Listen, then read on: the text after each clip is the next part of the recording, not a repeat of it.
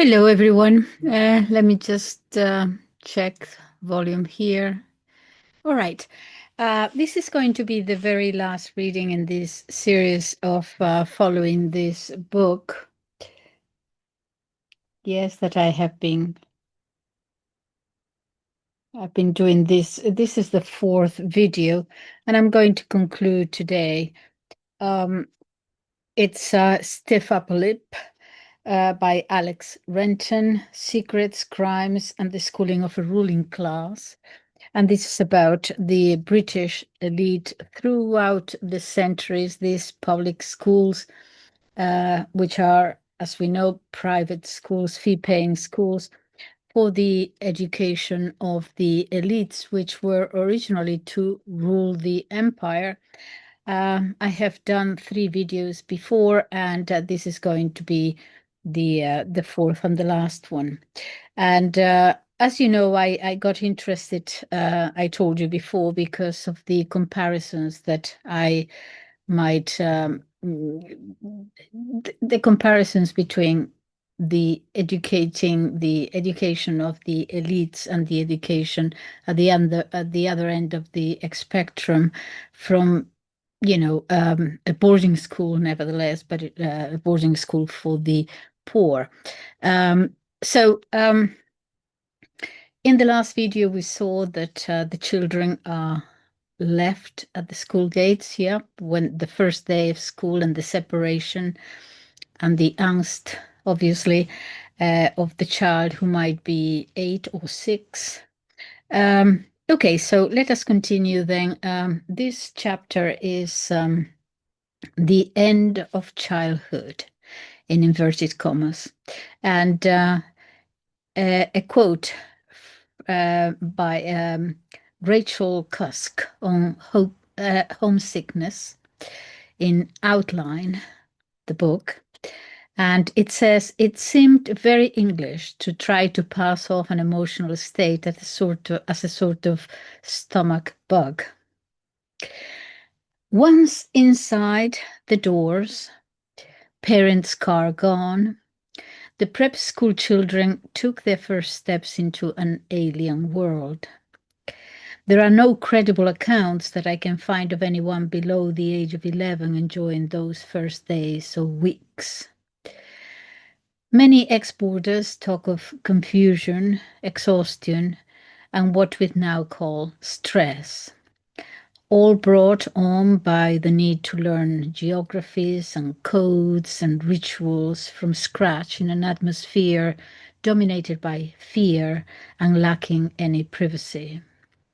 The induction of prisoners into jails, says the author, seems a fair comparison. Some talk of this period as simply the end of childhood. Others say, I never felt safe again. Many single out a lone and paltry mistake, getting in the wrong mail queue using a Christian name. They're addressed by their surnames, as we know. Bedwetting, as the beginning of a lifelong social disability. These memories of moments when doors slam shut have been reshaped over the years, and it is hard to find any contemporary accounts. But there are some accounts. When I was 11, excused games because of illness, I was ordered to remain in the school library at Ashdown House. That is the school the author, Alex Renton, went to. I was, so the term reports say, the school's most bookish boy, but this time I started writing a novel about the first days at the prep school. It is clearly my school.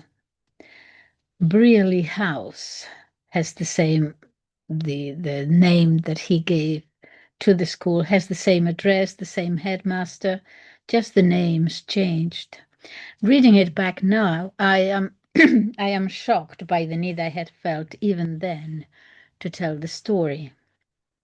There are 7 pages of close, neat handwriting in a foolscap book preserved by my mother. I wrote about a new boy, first through the eyes of his mother. Well, I'm sure it's a very good establishment, she muses as she drives away, wiping a tear. These tears are very important. The tears that you see, certainly it was for me when I told you, I think I told you this before, when my mother visited me. I guess it was a year after, and I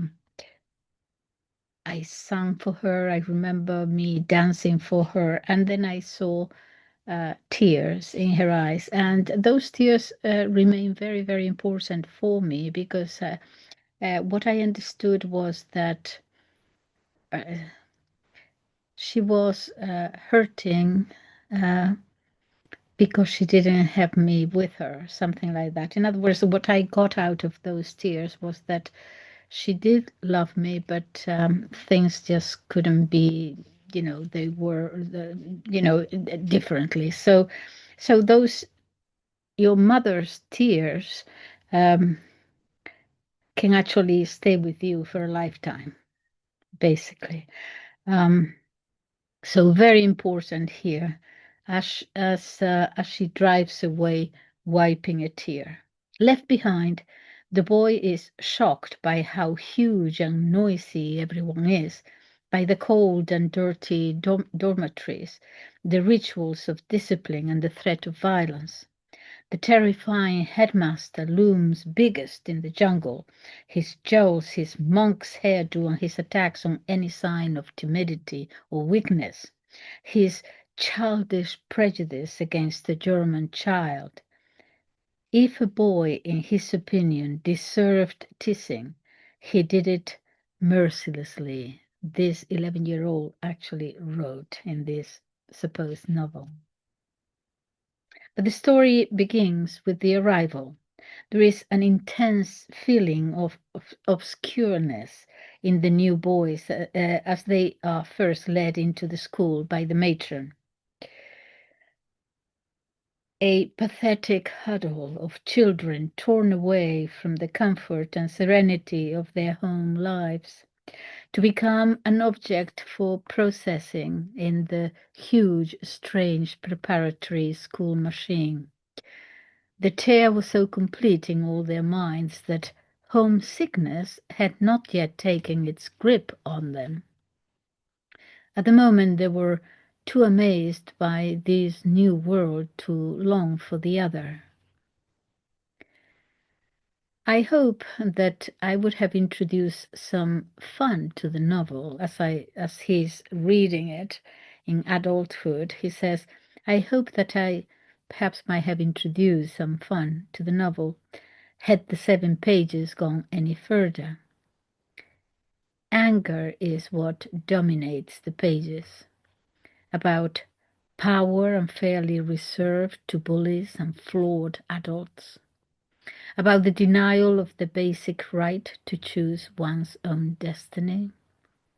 You can hear the same complaints in Winston Churchill's account of his hated prep school, St. George's in Ascot, written 40 years after he left. Churchill's words, I was no more consulted about leaving home than I had been about coming into the world. It appears that I was to go away from home for many weeks at a stretch in order to do lessons under masters. After all, I was only 7, and I had been so happy in my nursery with all my toys. I had such wonderful toys, a real steam engine, a magic lantern, and a collection of soldiers already nearly 1,000 strong. Now it was to be all lessons. It's about the parting with, the things you love. A new life begins. Churchill, like so many, felt torn from childhood's childhood's heaven and sent to a hell. The word doesn't seem too strong. It was somewhere not just without toys, but without love.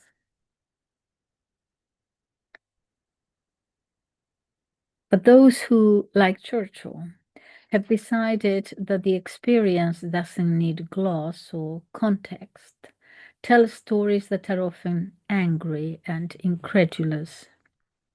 One correspondent remembers the children at his home county's school, popular with wealthy British expatriate families living in Africa. The time is the 1970s. His words. They were often very young, at least 6, and looking back, often profoundly traumatized. One indication being the way a number of them would regularly shit in their underwear and wet the beds, which in itself attracted ridicule. I can remember carrying one boy back to the school from the games pitches during winter, as he was so cold he really couldn't manage on his own. It is not just anger, but the pain of adjustment to an unfair world that rings through the accounts. Ultimately, as the child gives up hope of rescue, a process well mapped in some of the more convincing psychology, these feelings metamorphose into deeper emotions. Children accept the hard notion that their trust in those who first cared for them may have been a misjudgment.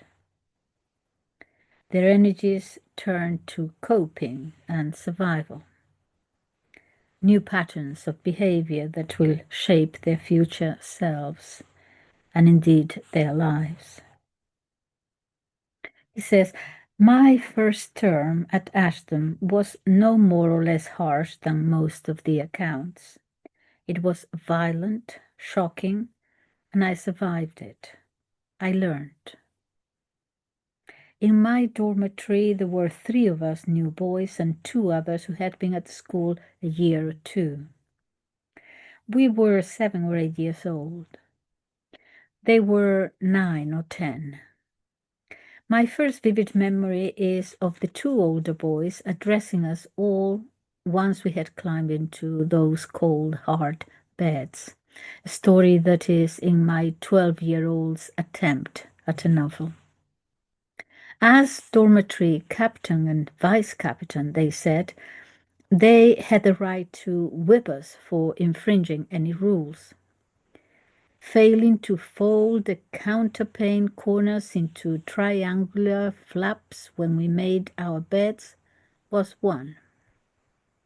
The instrument for the beating would be a whippy bamboo with a split in the end, so that when it flies through the air, it opens and pinches you to give extra pain, says the dormitory captain in my novel.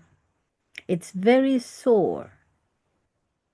But in fact, the boys used the regulation belt, the one with the snake, for a buckle. So that was their belt, their official, their uniform. The buckle was a snake. I don't think the older boys beat us with it that night, but they did over the next few weeks. That buckle hurt, but it was the very fact of violence that was most shocking. The rare spanking my mother gave offered no comparison.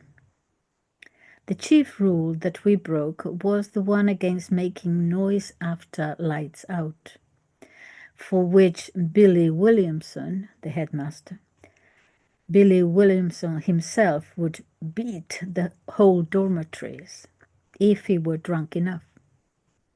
Perhaps that's why our dormitory officers were so severe about the rule. But they extended making noise from talking to letting one's bed springs squeak or crying.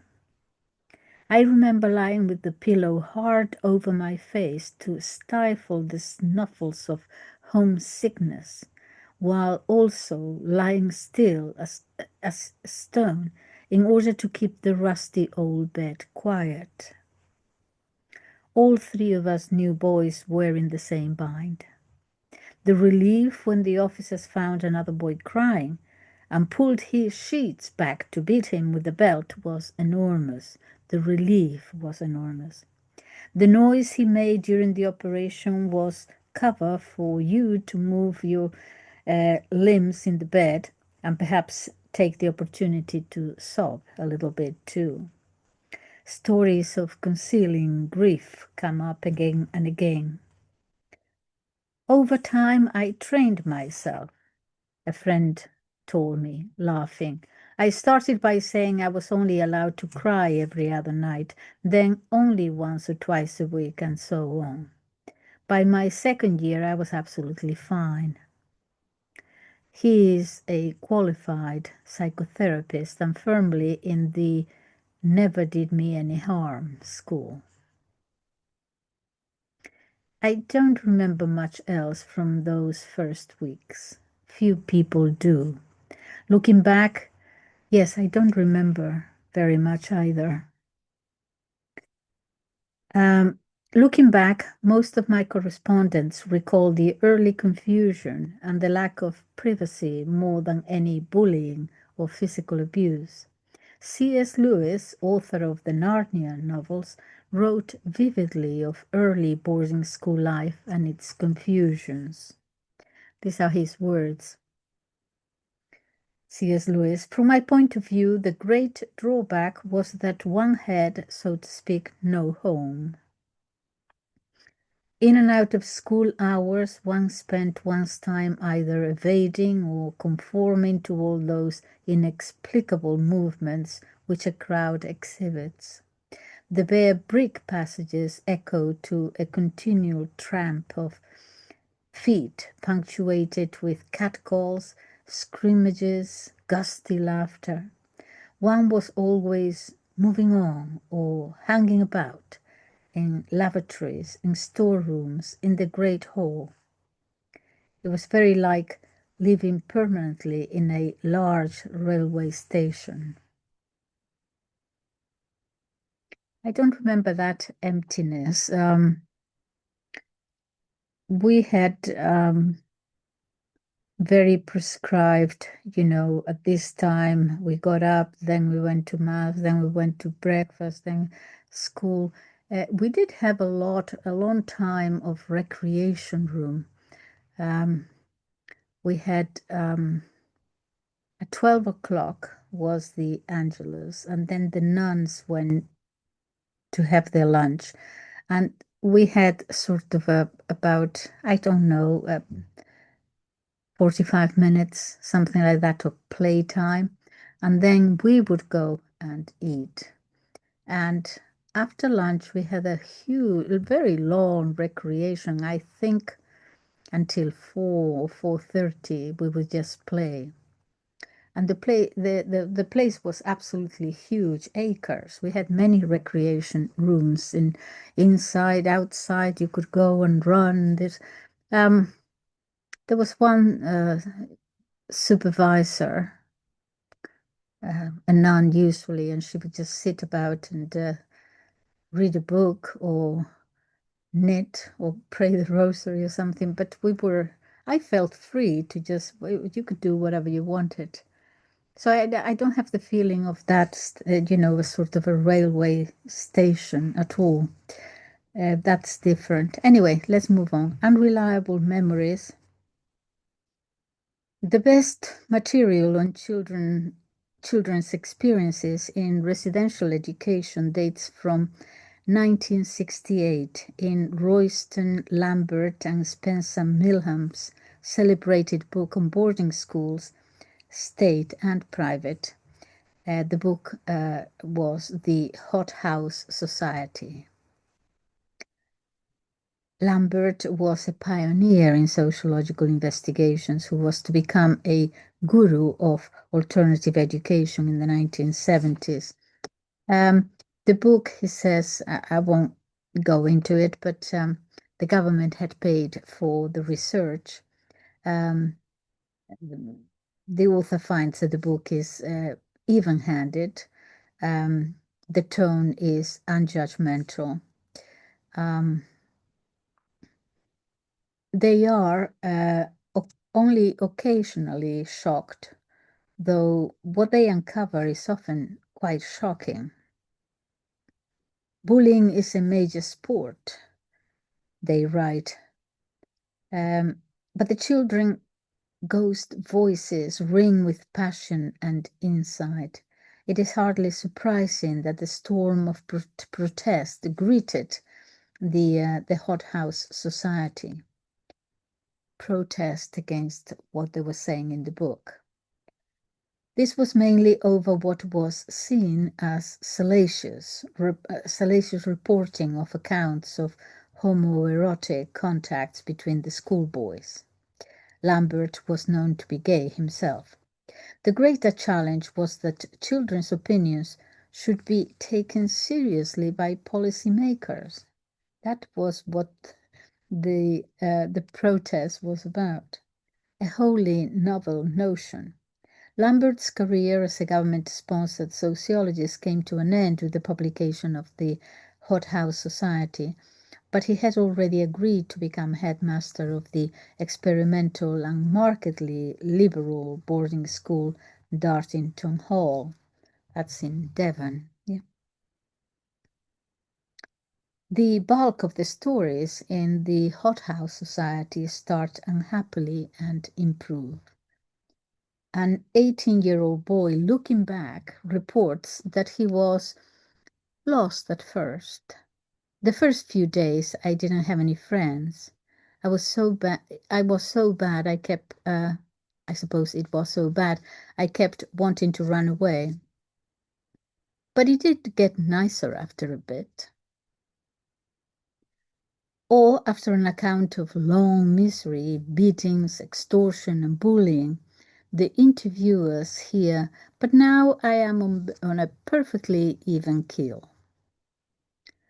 This may be what psychologists call habituation, becoming accustomed enough to deny the validity of their initial response.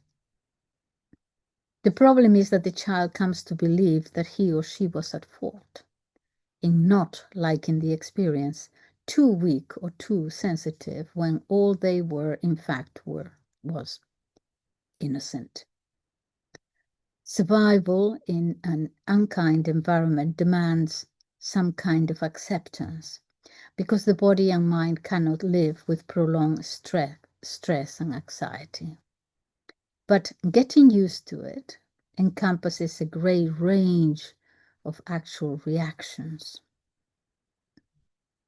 Here is a 15-year-old girl at a progressive, in inverted commas, progressive school that she'd entered 2 or 3 years earlier. Her words: I remember my first evening at school after my mother had dropped me off. I was wandering around the school by myself behind a great tall boy, and we were just about to pass through some swing doors. I didn't know whether to run round and run in the opposite direction rather than risk having a great heavy door swing in my face. I made up my mind to be brave and have never been more surprised than when this boy stopped and held the door open for me. I have never been homesick since. Imagine the importance that a little bit of kindness, or on the other side, the contrary,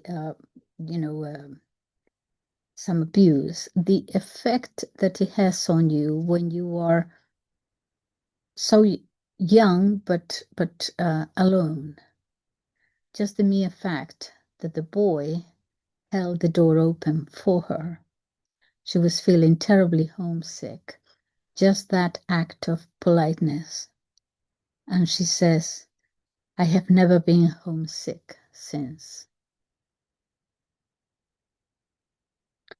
This written account is from an 11-year-old new boy, still not settled, as the teachers would put it. And he writes, as an 11-year-old, the punctuation is scarce, and anyway, because I'll read it as it is written. School is a shitty dump. It's bloody fucking prison camp, made to look like a palace outside and prison inside. I hate it, and I have only been here 7 weeks. It's bloody awful. The food is shit. I really hate it, no kidding. We only allowed out 3 times a week, and Mr. Tompkins is a sex homo. Shouldn't laugh. There's a lot of pain there. Okay, let me find some other paragraphs that let's see. No sneaking. Sneaking in the sense of snitching on your friends. Yeah. Today, the disclosure issue is a matter of much debate. Statistics compiled by the NSPCC, that is the National Society for the Prevention of Cruelty to Children. The NSPCC show that 1 in 3 children abused by an adult does not report it, or not until they themselves are adults. As we've seen, there are several reasons why young children don't tell or speak only partially or in metaphor. The first break is shame, and shame comes with sad ease to those who are confused and only half aware of the rules of sex. It is easy for adults or older children to use those insecurities. The process of settling into the schools was primarily one of learning the codes and the language of the society. That was how you survived. This process seems, in retrospect, a deliberate part of the construction of the self-preserving club of the elite, and indeed of the growing of that necessary organ, the stiff upper lip. George Orwell was one of the first to draw wider implications of the warping effect on the adult of the boarding school experience. In a savage essay written in the late 1930s, Such Were the Joys, he told of the pressures that enforced silence at his own prep school. His words, against no matter what degree of bullying, you had no redress. You could only have defended yourself by sneaking, which, except in a few rigidly defined circumstances, was the unforgivable sin. To write home and ask your parent to take you away would have been even less thinkable, since to do so would have been to admit yourself unhappy and unpopular, which a boy will never do. There were, continues the author, there were some who were brave or angry enough to sneak. As my dormitory found, that rebellious act did not often turn out the way the child hoped. Randolph Churchill, Winston Churchill's son, recorded how at Sandroyd he reported some bullies to the headmaster, an act which proved no more effective than did the denunciation of a similar nature to the League of Nations. It could, on occasion, bring terrible consequences to do so. Here is one of my correspondents writing about the early 1960s at Temple Grove Prep School, when he and 2 friends went to the headmaster to seek respite from repeated sexual assault. I'm quoting, one morning, I think it was a Monday in the summer term, 3 of us lined up outside the headmaster's office to complain about the terrible things that had been done to us over the weekend.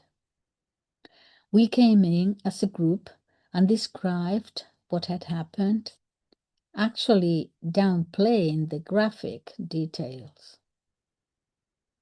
The headmaster listened and then sent us outside his office to wait. We were then called in one by one, and each of us beaten to within an inch of our lives for telling tales about members of staff. That, of course, dealt with once and for all our only root of complaint. It also explains why we never even told our parents for decades. We had been taught the cost of telling tales. If the codes did not suppress the children's complaints, many schools, particularly the girls' ones, controlled or even censored letter writing just in case some untoward detail should slip out.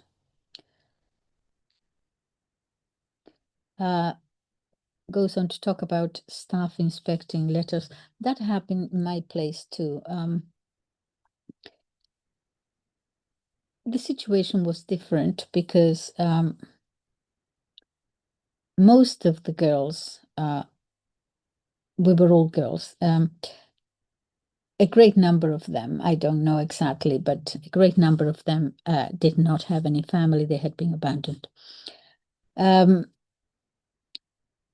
There was no one really to write to. I mean, letter writing was not a thing at all.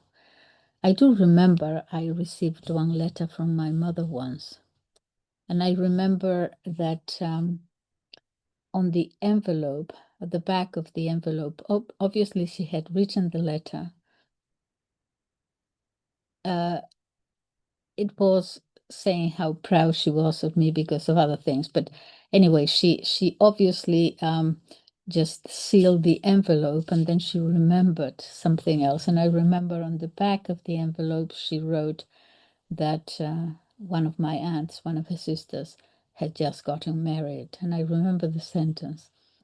But yes, if we received it, the letters, they would be open.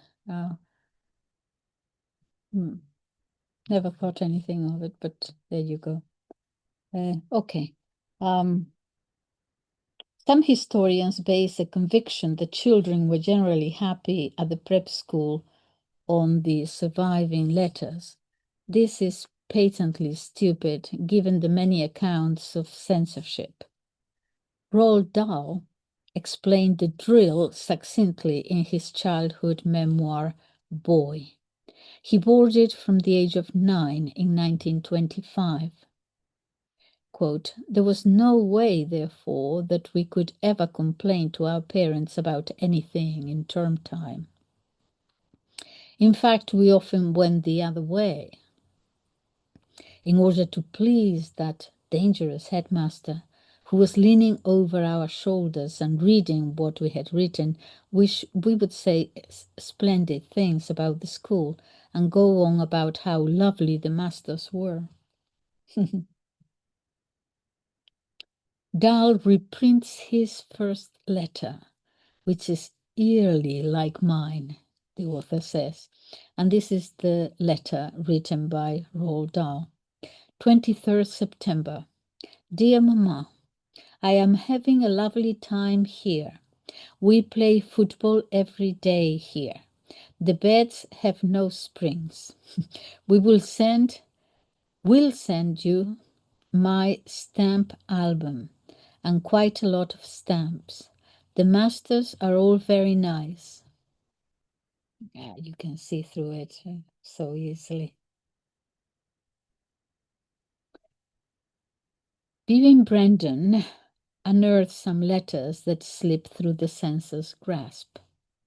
The earliest of all is from young Thomas Macaulay, future politician and historian poet of the High Victorian Age. He wrote desperate letters to his mother from his Cambridgeshire prep school, begging to be allowed to come home. Here he is, age 12, At the beginning of the autumn term in 1811. These are his words. I cannot bear the thought of remaining so long from home. It would have been about 4 months. I do not know how to comfort myself or what to do. When I am with the rest, I am obliged to look pleasant and to laugh at Wilberforce's jokes. Wilberforce, the son of the anti-slavery campaigner. Obliged to laugh at his jokes when I can hardly hide the tears in my eyes.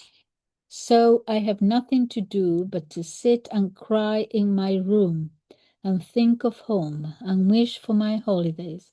I am 10 times more uneasy than I was last year.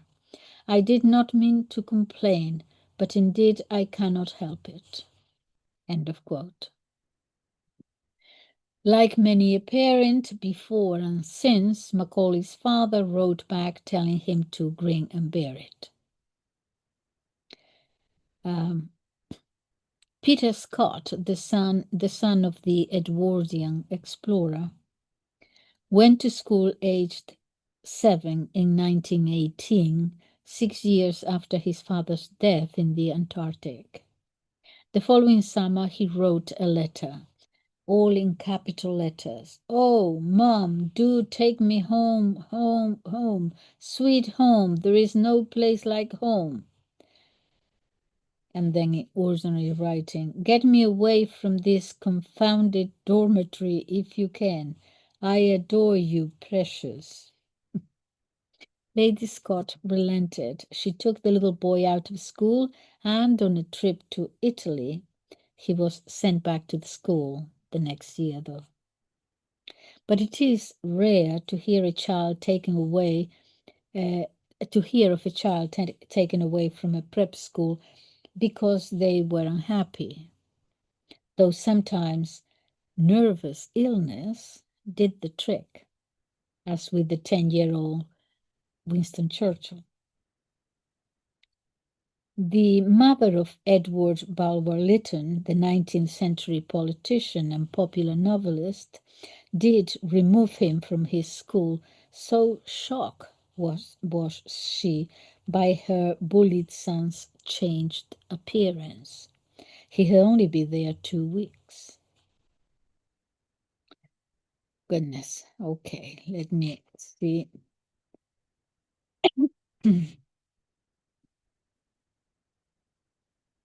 My own dearest mother, thanks so much for your letters and the awfully nice book.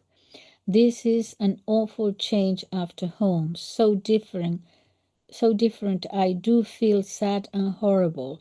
This is an awful hole. I will never live through this term.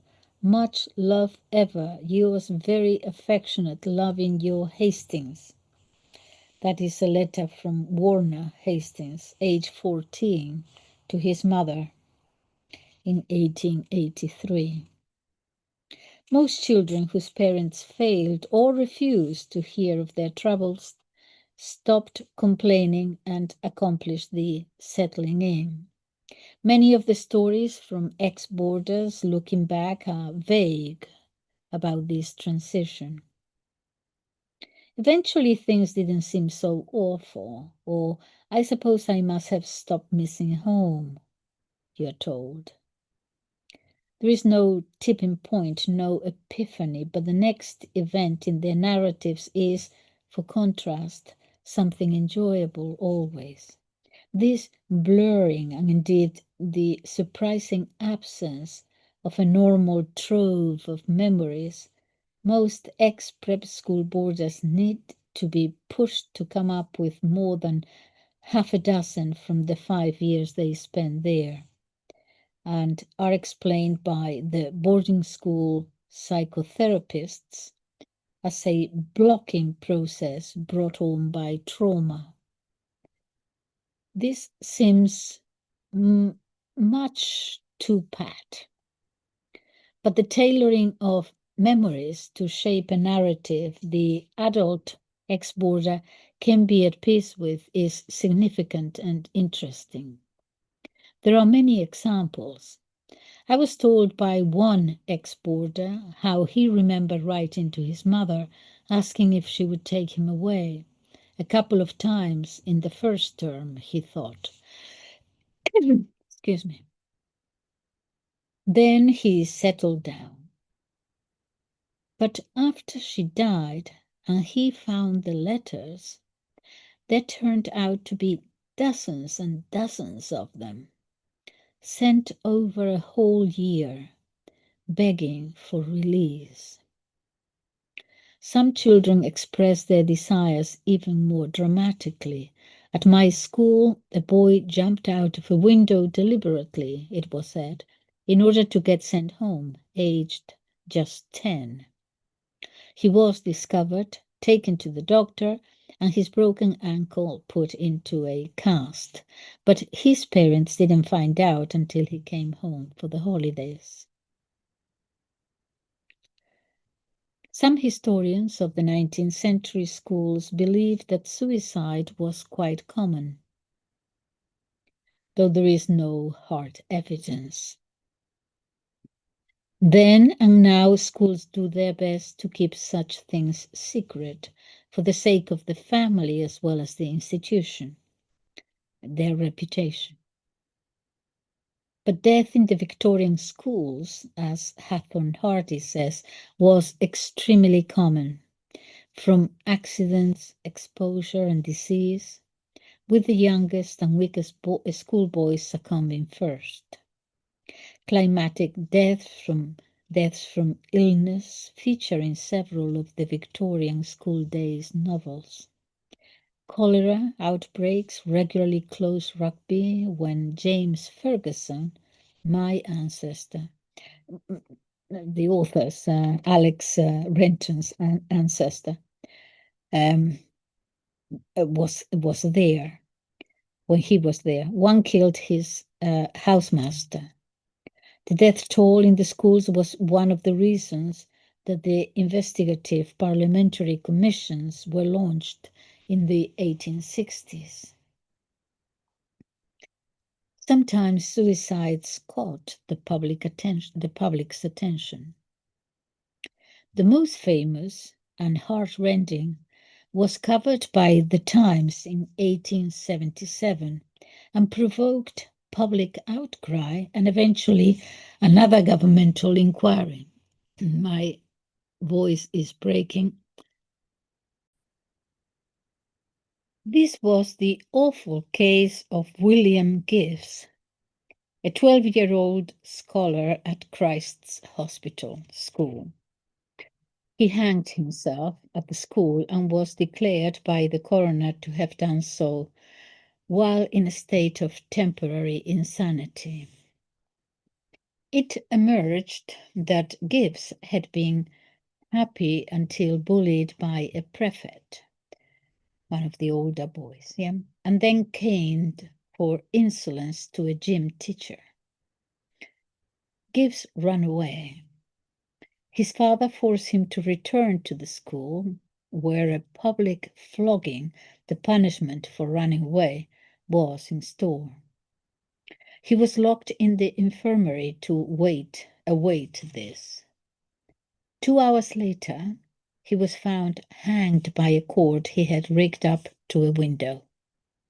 Among the correspondence that followed these revelations was testimony from other former bluecoats.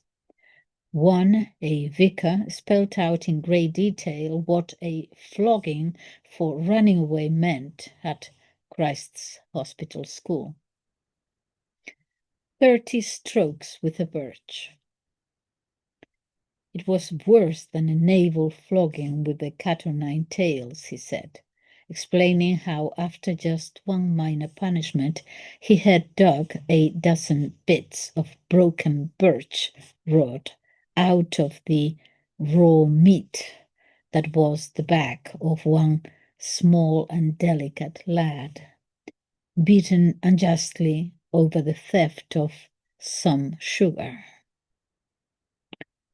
My own opinion is, sir, that poor little Gibbs has been done to death by the bullying and flogging and the fear of more to come.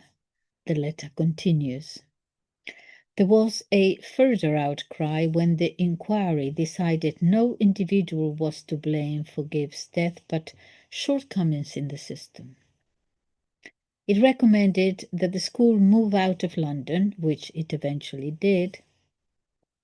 Christ's Hospital School still thrives in Horsham, West Sussex, reveling in its ancient costumes and customs, I suppose it means, and rituals.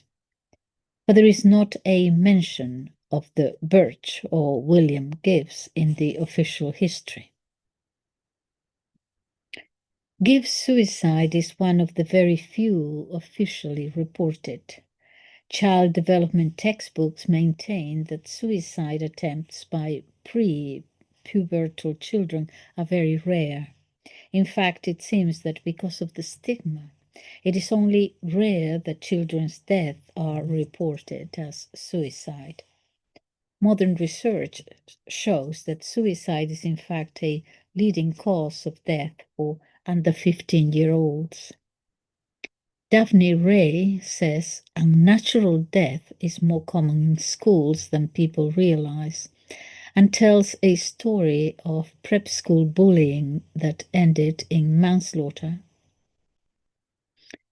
In my correspondence are a surprising number of stories of attempted suicide, sometimes told as comic and incompetent. But it would be hard to characterize these as mere attention seeking. There are several attempted self-drownings, often in the school swimming pool. One man told me how at prep school in the 1940s, he and some friends ate yew tree berries, which they knew were fatal to horses. Were you trying to commit suicide? I asked. No, he said after reflection. I think we just decided we wanted not to be there. The awful truth is that the bulk of suicide stories I have are of adults who their friends and relatives believe never got over what they had suffered at school and killed themselves later. There are at least 6 such cases from 2 decades of graduates of my small prep school. Adults seldom reacted with much sympathy either to the self-harming or to the runaways. Roald Dahl stands for many with his story of having faked appendicitis to get sent home from his loathed prep school. He succeeded, but once there the family doctor saw straight through him. He advised him to go back with the warning, life is tough and the sooner you learn how to cope with it, the better. That was and remains standard response to the child. Some accounts detail what sounds like unbelievable callousness on the part of the parents, but the normal ones are merely lazy. You'll get over it, you're exaggerating, or you're much better off than you might be. Often my correspondents are still indignant, decades later, at being told by parents and teachers what lucky children they were. They might be orphans or refugees or poor. I don't think I had it that bad, to tell you the truth. Imagine the nuns telling me, could be worse. You could be the daughter of a king in a school like this. Oh dear. One woman, lonely and bullied until she was near suicidal, says, I never felt able to tell my parents that I was struggling at school. They have scrimped and saved to send me there, and I felt incredibly guilty at that. Admitting my unhappiness would seem ungrateful at best. As a scholarship girl at Christ's Hospital School, another correspondent was constantly reminded of the debt to those who financed us, and therefore obliged to comply gratefully with demands, restrictions, conditions, regardless of their appropriateness. C.S. Lewis is one of a clutch of 20th century ex-boarding school writers who wrote of the power and spirit of children in battles against such tyranny. In his memoir, published in 1955, he writes forgivingly of his father's failure to hear when his sons told him of the cruelties and stupidities of the tiny boarding school in Hertfordshire. They went there in 1910. In the memoir, Lewis calls the school Belsen, after the Nazi concentration camp. His father heard what he wanted to hear, Lewis decides.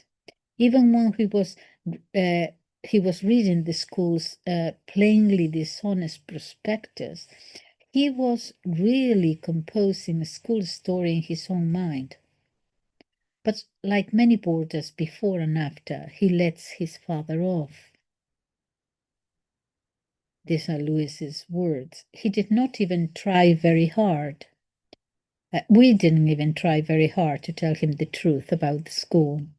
Like other children, we had no standard of comparison.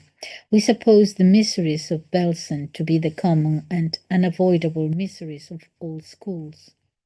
Vanity helped tie our tongues. A boy home from school likes to cut a dash.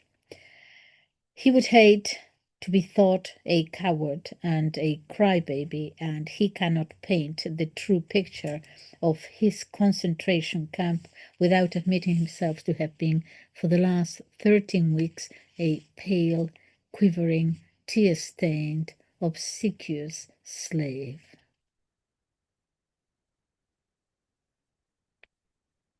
Beyond the fatuities and the willful deafness, there is in the parents' responses to complaints and cries for help a darker strand.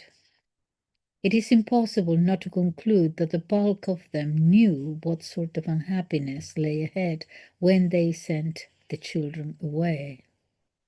C.S. Lewis writes hopefully that most parents are like his father, innocently deaf.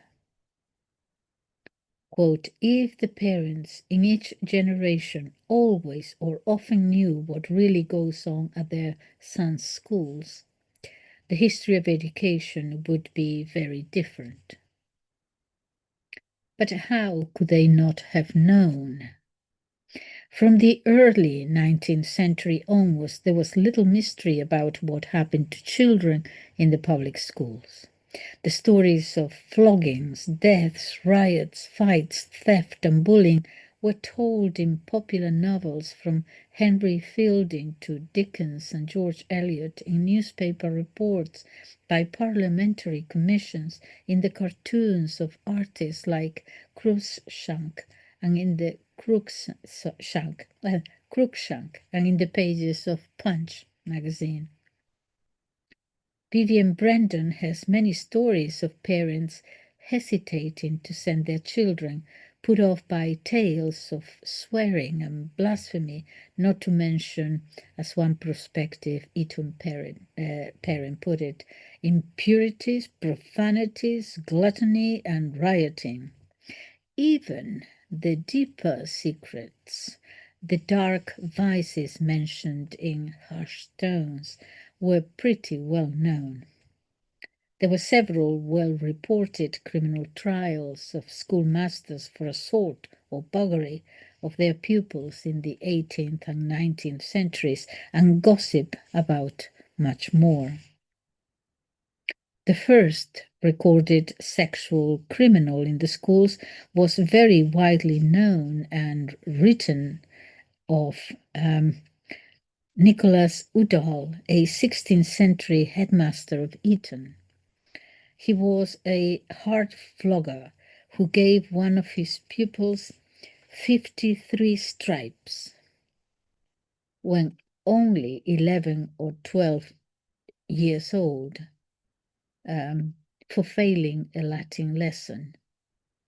In 1543, Woodall was blackmailed by some of the boys he had sexually abused and then found guilty by the Privy Council of the then new office of buggery. After an appeal to Henry VIII's court, his death sentence was commuted to 1 year in prison, and he went on to become headmaster of Westminster. The roller coaster of Woodall's career was to be a model for others. So, toughening them up, from an article from The Guardian 1963 written by Philip Mason, The Men Who Ruled India. This is a quote from the article. Plato taught that the guardians of the state should not know their parents. The English did not go as far as that, but when they were 8 years old, the children from whom rulers were to be chosen were taken away from home for 3/4 of every year, taught not to mention their mother or their own Christian names, brought up in the traditions of the Sparta which Plato admired, and the children grew up to be true guardians. No other people in history can equal this record of disinterested guardianship.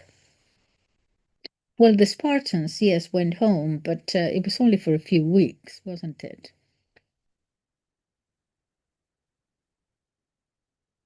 Many parents believed some unhappiness at boarding school was inevitable and normal. Judging by the letters of my ancestors and others, Victorian parents were not less loving than today's. But toughening up was key to the production of a fully functional citizen of the ruling class. Yes, we have to consider that the toughening up, because at the other extreme, we have perhaps what we have today, just very weak, oh, you are offending me, that kind of thing. But nevertheless, I wonder whether it is possible to toughen children up, gradually without psychological damage.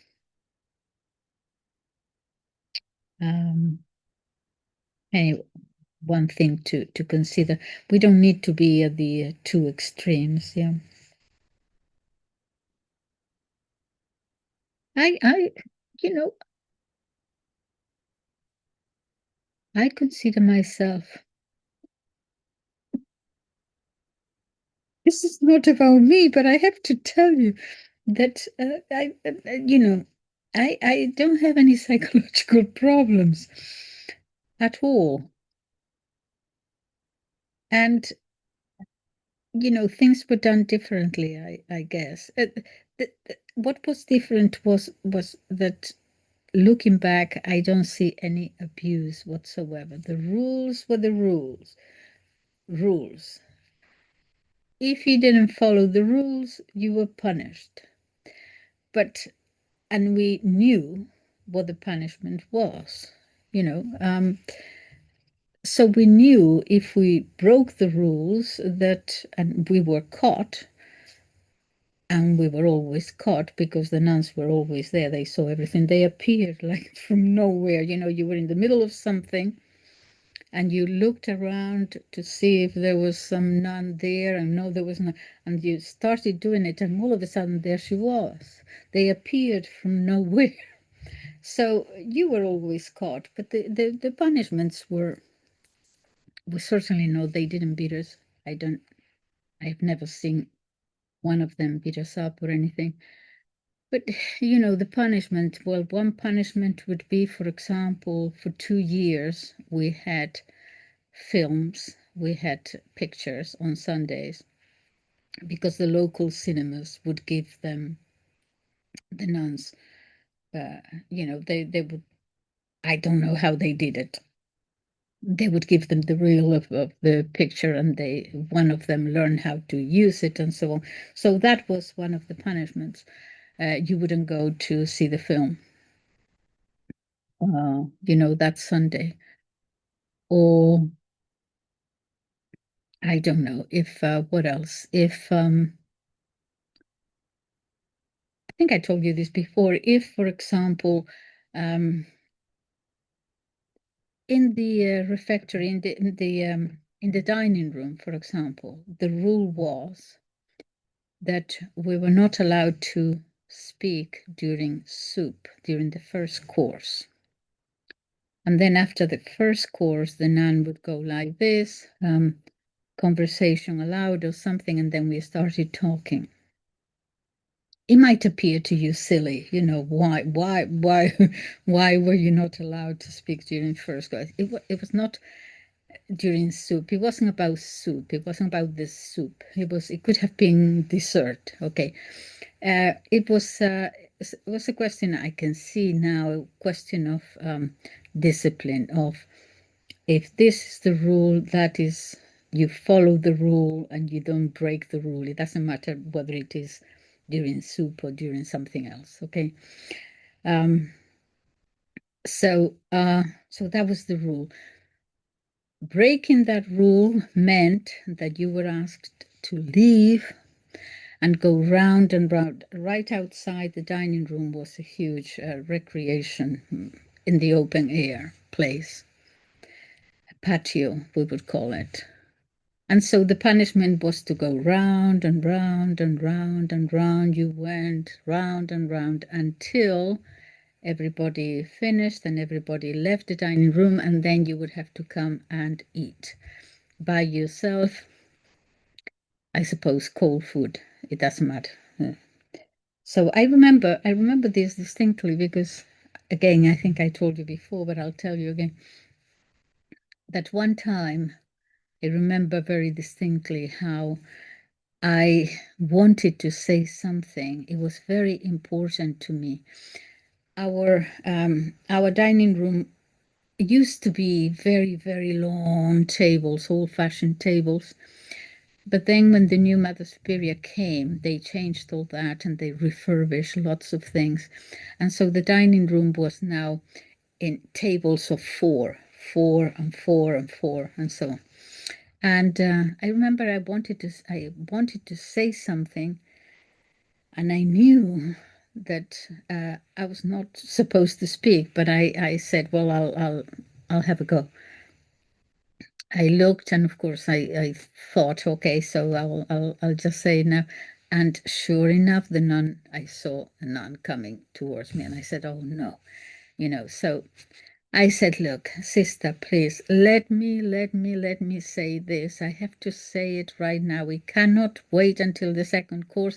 I have to say this right now, because if I don't say it right now, I'll explode.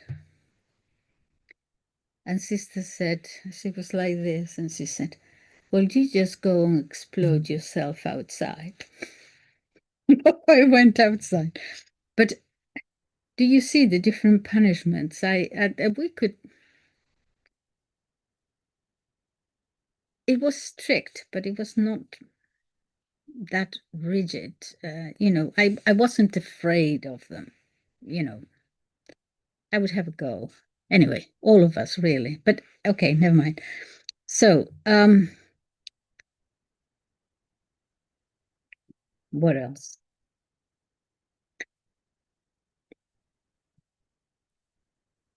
Parents believed that the Hart regime worked. My father's idea was that the more boys roughed it in every way, the stronger and better they grew up, said the third Marquess of Salisbury, a future Prime Minister. He was sent to boarding school age 6. My existence there was an existence among devils, he said later. The boys were beaten with shaving straps, woken at 6 a.m. and not fed till 10 a.m. Starvation is often a feature of the Victorian stories, even at the schools of the aristocrats, imposed either because schoolmasters were misers or, it is suggested, because of a belief in the moral benefits of hunger, or both. Salisbury said he naturally learned nothing. He went on to have just as miserable a time at Eton, where he went in 1849, aged 10, bullied, spat on, and beaten up until eventually he had to be removed temporarily from the school. Goodness. What else? Let me find here a little bit more about what psychologists say. The protective shell. Once the boarding school child has settled in, as they must, a whole set of interesting behaviors begin to emerge. Modern psychology groups them all under habituation or normalization. Psychotherapists who specialize in boarding school syndrome, my goodness, there is a syndrome, in boarding school syndrome, state that to survive the fracture or loss of normal loving relationships, set processes are seen. Grief and mourning lead to the development of strategies for protecting oneself. These may include extreme vigilance and even the splitting of the persona, developing a secret self and a public one. In a section titled The Captive Child, Joy Scaverian writes of how her patients learned to get by. Some underwent an encapsulation of the self, a common Jungian term. They undergo a psychological freezing, which leads to the growth of a protective shell, an armored self. Despite the mixing of metaphors, this is an analysis that has provable truth behind it. Many raw accounts by ex-boarders I have received describe this or something close to it. Some of them have narratives that may have been shaped by the analysis, but not all. It is easy to tell, reading the accounts, who has had therapy and who has not. The shell is something that some parents notice when the boarder first comes home. It can be shocking. Just one term and he was completely changed, self-centered, uninterested in us or his brothers, writes one anguished mother. Her son later killed himself. In adulthood, the self-protective instinct may lead the exporter to sex addiction or to prematurely cut off from intimate relationships in fear of another abandonment. Anger is another symptom of the traumatized child. Problems with anger management are high on the list that psychotherapists use for diagnosing boarding school syndrome. There is, in many people's accounts of bad times, a story of how outraged they were at the injustice. A furious version of the ordinary "it is not fair" complaint. Anger and hurt, suppressed, must eventually have an outlet. Traumatized children make destructive teenagers and young adults. Here's one man, still burning with rage 50 years later. His words: I was a very fussy eater, and I think because of my autistic side, found certain sensations almost unbearable. Fat and gristle, milk, carrots, beetroots. Despite learning to sit at the end of the table so that they couldn't see what I had left on my plate, I was constantly mocked and tortured by the masters and mistresses who seemed to enjoy forcing me to eat what I really couldn't eat. The result was I got slower and slower at eating until I more or less stopped. One lunchtime there was an announcement. It was the headmaster.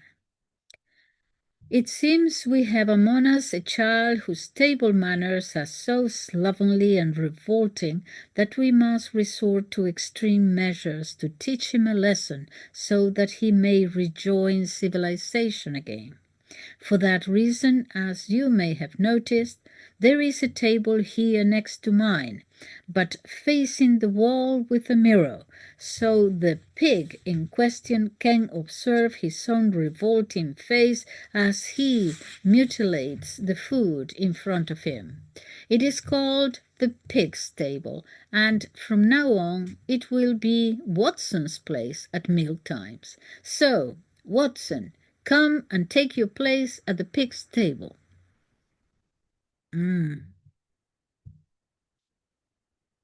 The correspondent continues, I can remember feeling very alone and dejected and also furiously angry as I sat at the pig table with my own face staring back out at me.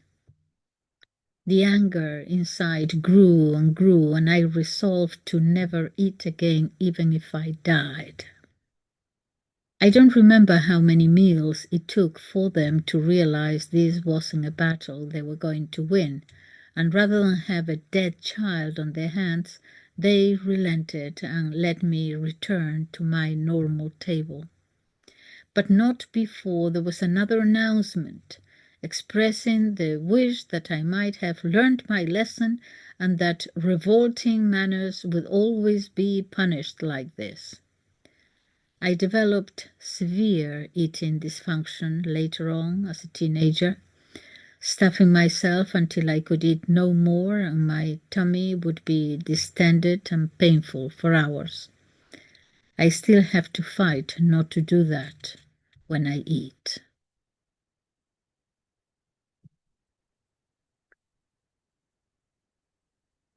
Many exporters, whether treated or not, have come to realize that they were marked by the separation and other traumas. Yet their reactions, their coping strategies, if you like, could differ widely. If, bereft of mom and siblings, you reattach your truncated emotional urges to the team or the gang, these could be exciting and fulfilling times. Trauma and happiness did exist side by side. Literature and private accounts are full of intense friendships, deep love and trust between children born in adversity. Some ex-boarders will never again have as great a thrill as being promoted to be a prefect, winning a cup, or being a favored member of a gang of dominant children. Violence helped children bond, too. Many children got enormous pleasure from bullying and spent large amounts of time and used fantastic inventiveness. There are more than a few accounts of boys using a woodwork class to build torture machines to pursue that hobby.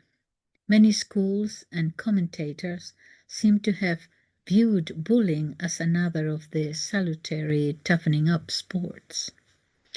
There is no question that until very recently, bullying was tacitly licensed in many schools as a key part of the system of discipline.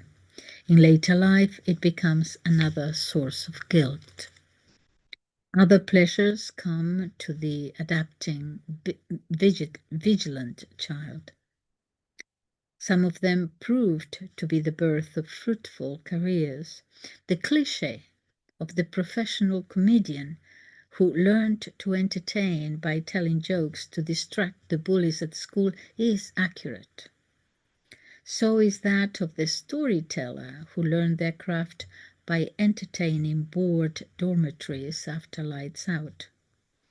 Both these types were present at my prep school. The entertainer, as brave as some samizdat writer in a grim dictatorship, because talking after lights out could mean a caning. Peter Cook, the comedian and backer of Private Eye, devoted his life to savaging pompous and hypocritical authority. Bullied both at prep and public school, not least by Ted Dexter, future England cricketer, Cook told his biographer that most of his humor was autobiographical. Small, lonely, and asthmatic. Well, he was to grow a lot. He was very tall at the end, right? But small at the time, lonely and asthmatic. He hated the first 2 years at St. Bede's, Eastbourne, where he went at 7. I didn't enjoy getting beaten up, and I disliked being away from home. That part was horrid. But it started a sort of defense mechanism in me, trying to make people laugh so that they wouldn't hit me. I could make fun of other people and therefore made the person who was about to bully me laugh instead. Some of the worst affected by the schools become loners. They may withdraw themselves. They may be avoided by others because of the taint of unhappiness or difference. Some rebellion was done remotely. Some was done in secret. But it all could be empowering and restorative, even to those who did not fight back themselves. Dignifying, as one interviewer put it.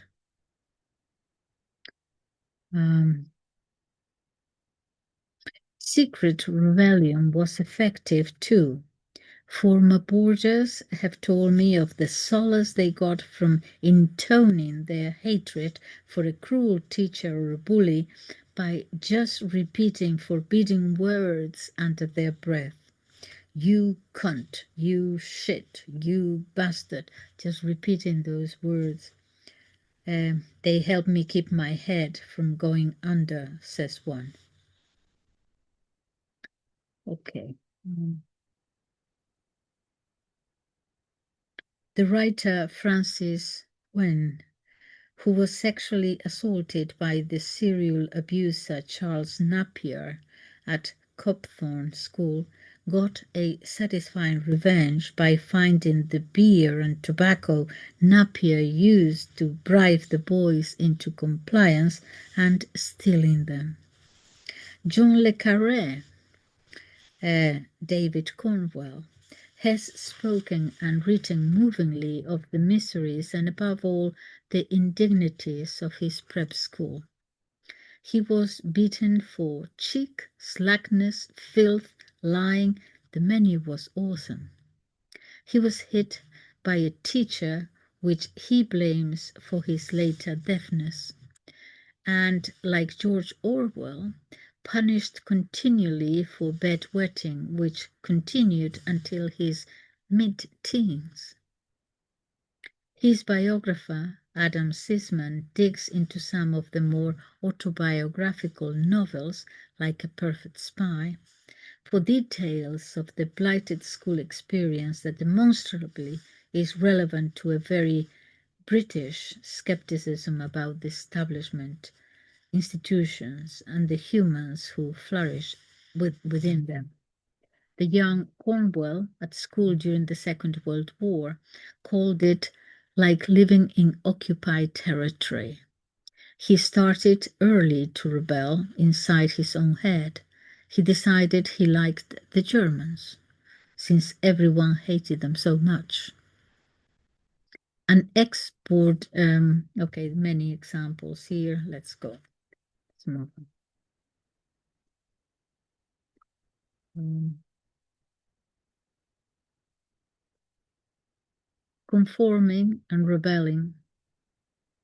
Other unnatural pressures come to bear on the children, and while they may warp a normal development, they do appear to work to produce the child the schools wanted. The need to conform is the greatest pressure at any school. Even if the school do not actively work to suppress individuality, as some certainly did, the children will do the job for themselves. All parents of school-age children know of the pressure to wear the right clothes, the basic fear of not fitting in. These worries are compounded when a child has no home life for balance. Mm. The right clothes. Yeah, I think what is something that is very different is that these boys all go home after the term is over. Yes, and then for the long vacation, Christmas and Easter, after each term, they go home. And that is when they see the difference and so on. So in our case, we never really went home. I went home, I think, once when I was 8 and another time when I was 11. And that was for 1 month. Um, yeah. I remember those times very, and what I did and what I didn't do. And so, but it seems to be with us, the difference was the visiting, you see, because the major thing in our place was if someone, every now and then, someone would visit someone. The visiting thing was huge.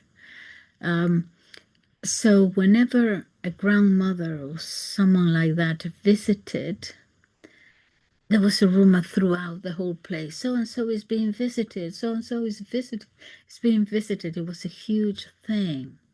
And I remember we all went, there was a visiting room. And there, they sat, the visitor and the visitee kind of there.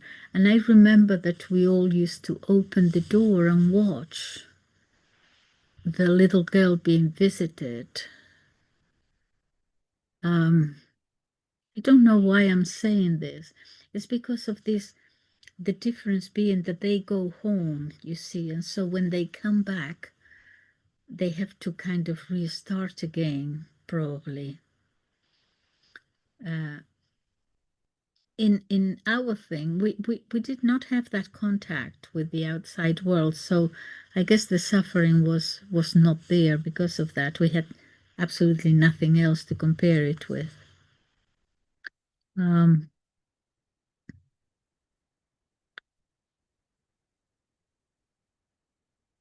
a mother told me that she had had to drive to her 8-year-old's boarding school a week after the beginning of his first term with a replacement tuck box, that is, the lockable wooden chest the children brought to contain toys and other personal belongings.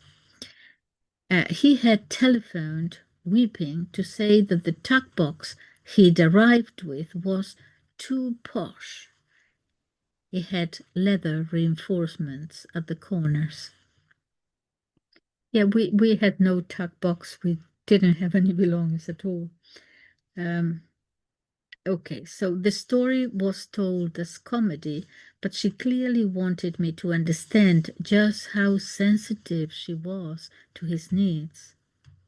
When she arrived at the school, the headmaster's wife took delivery of the new box, but she rejected the mother's request to spend a moment saying hello to the child.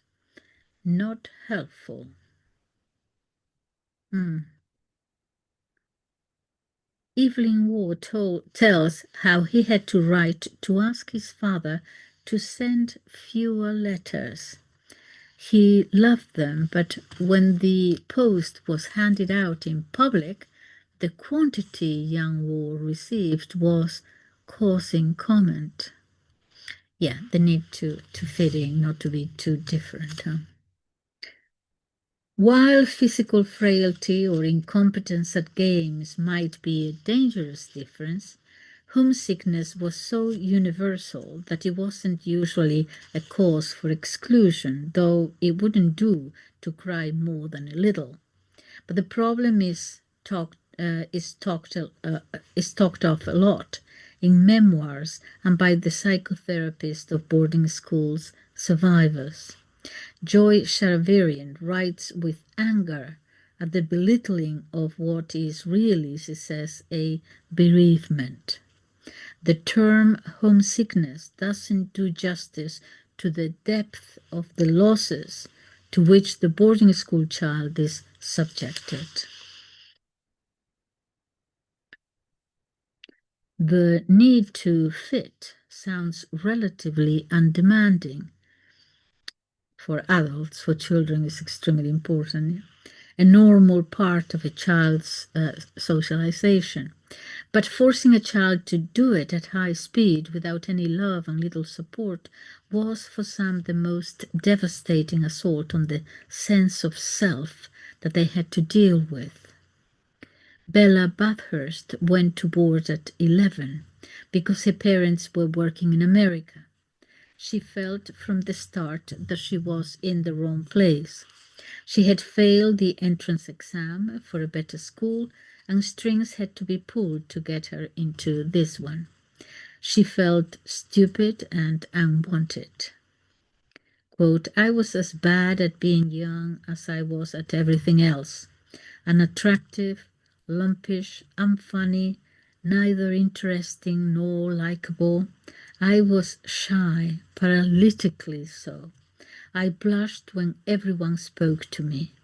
The headmistress called me, accurately, a troglodyte. She quickly started to hurt herself. I would beat myself with a strap, she says, and soon after that more awful things. Rubbing bleach into cuts was one. Self-harm in adolescence today is said to be a matter of asserting control or distracting from emotional pain, but Bathurst sees her act as more complex. I was punishing myself for not being like everyone else or not what I was supposed to be. No amount of pummeling or squeezing was going to get me into the box the schools and my parents demanded, so I took on the job for myself.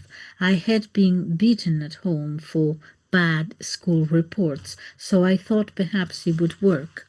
The school naturally dismissed this as attention seeking.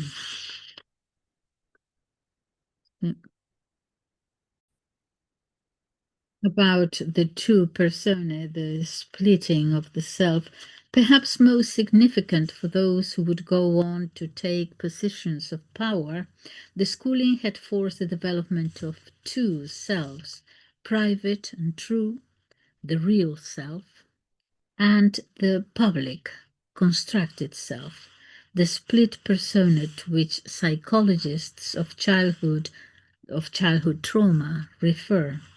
Oneself was to harbor personal feelings, one to present to the world and its threats. Evelyn Waugh put it tellingly in the introduction to his boyhood memoir, explaining that his stories would be split between home and school. This was not merely for structural convenience, they were places that had to be separated.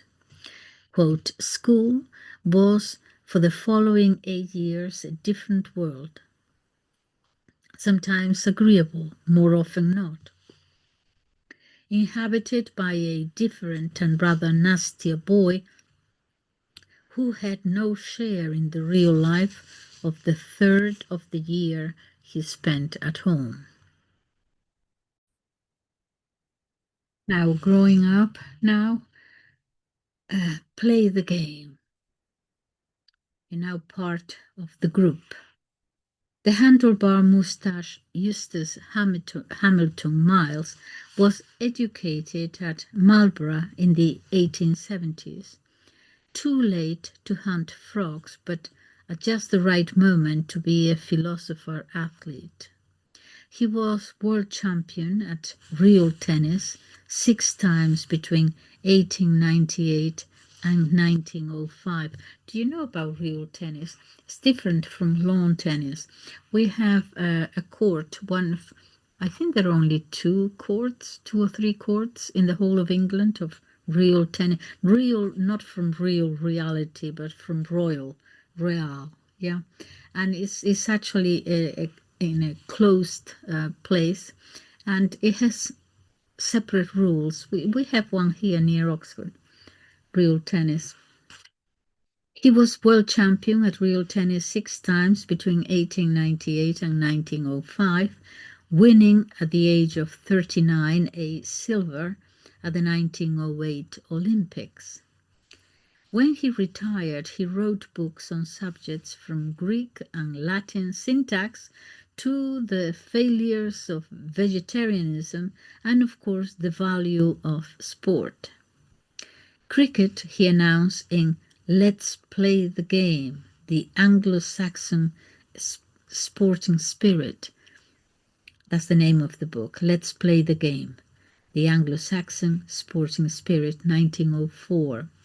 Illustrated 11 valuable ideas in life: cooperation, division of labor, specialization, obedience to a single organizer, perhaps with a council to advise him, national character, geography and its influences, arts and artistic anatomy, physiology and hygiene, ethics, and even, if the play can be learnt rightly, general educational methods. Miles' title is a reference to the most famous poem of the era and its ringing refrain, play up, and play the game. The whole nation and the ever-swelling list of colonies knew and subscribed to the values of Sir Henry Newbolt's Vitae Lampada, published in 1892. The poem's references are firstly to cricket at Clifton College, Newbolt's own public school, a new build consciously aping the great in ethos and architecture.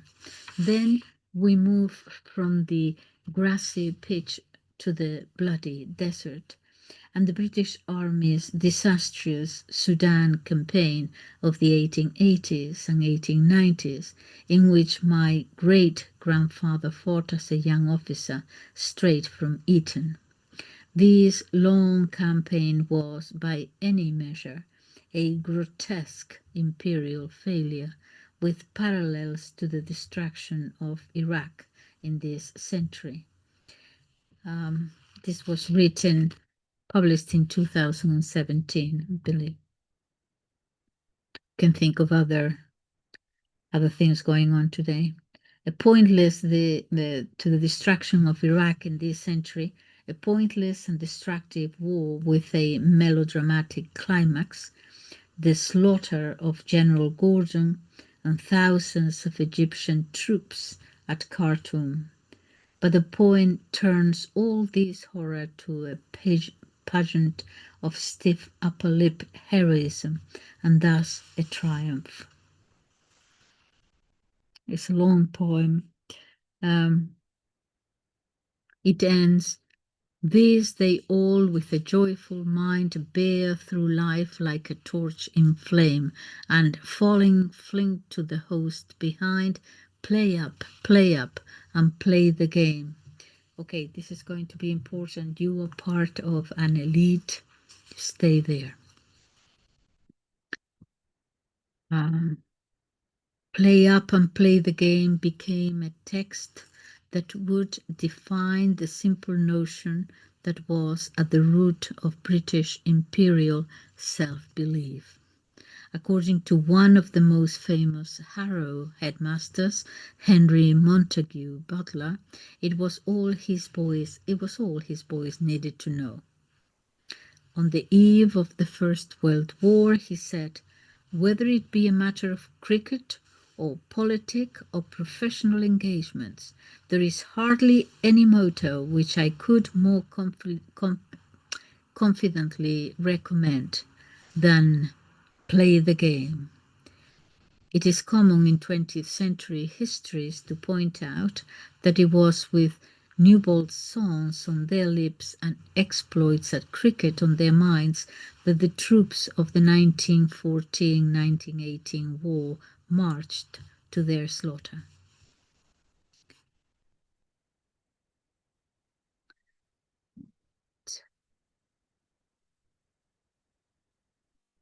Let's see. Okay, let me just conclude with this. The title of the chapter is Don't Let's Make a Fuss. Don't let's make a fuss. A boy committed, well, let me start. Of course, whether you spent Saturday afternoon in your study becoming a Trotskyite or Trotskyist, and a fan of the Clash, or as a blood thundering the ball gloriously over the try line, much of the experience was psychologically the same. The hormone-heavy culture, the lack of ordinary social contact with other classes or indeed the other sex, the deep-grained beliefs about hiding emotion while smiling at adversity, these all bred extraordinary attitudes. I asked one old Etonian, the writer John Julius Norwich, for memories that summed up the spirit of the public school. He came back with this, quote, a boy committed suicide, and the housemaster summoned the whole house and asked if anybody could suggest the reason. The young David Ormsby Gore put up his hand and said, could it have been the food, sir? Yeah, that's, yes. Can you see? It's there is satire, there is irony, and there is hurt.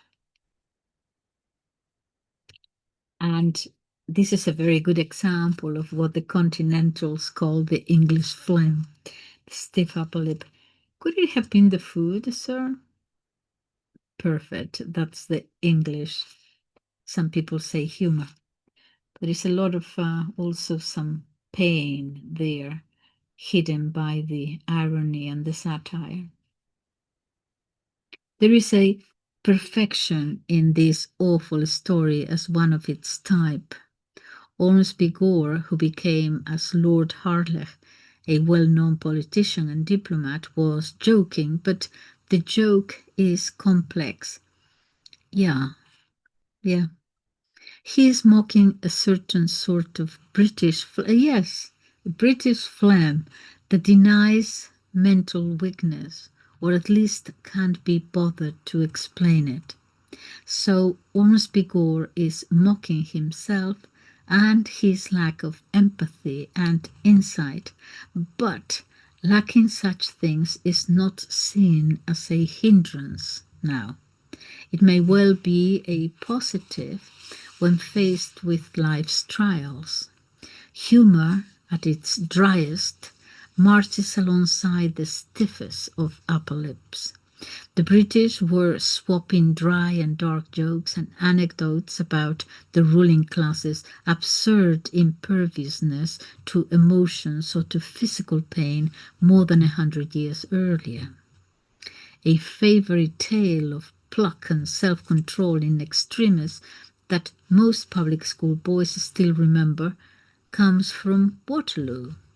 the bloody final battle against Napoleon in 1815, where so many myths of English superiority were forged. The Duke of Wellington was riding through the battle with his second in command, Henry Paget, Lord Uxbridge. The final volleys of the French artillery barrage were hurtling through the ranks. Uxbridge suddenly turned to Wellington and exclaimed, "By God, sir, I've lost my leg." To which Wellington replied, "By God, sir, so you have." Uxbridge was taken to a farmhouse where the rest of the leg was amputated without anesthetic. Uxbridge, the surgeon, said, never even groaned. I think I will leave it there. There is so much more to tell. I hardly recommend it. Okay. Stiff Upper Lip